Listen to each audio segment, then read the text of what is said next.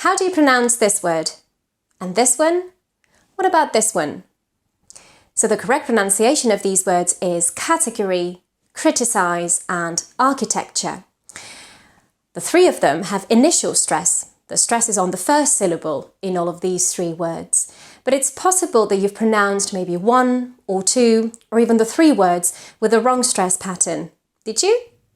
So when we think that we need to improve our English pronunciation, we tend to think that we need to focus on vowels and consonants, and that's fine. But we don't realize that getting the stress pattern right is equally important as getting the vowels and the consonants right in a word. So on this online course, you will learn everything that you need to know about English word stress. I will give you some tips to improve, and I will focus on those aspects that tend to be most difficult for Spanish and Catalan speakers, because English word stress is quite different from Spanish and Catalan word stress. So if you'd like to keep working on your English pronunciation by focusing on word stress, then this is your course.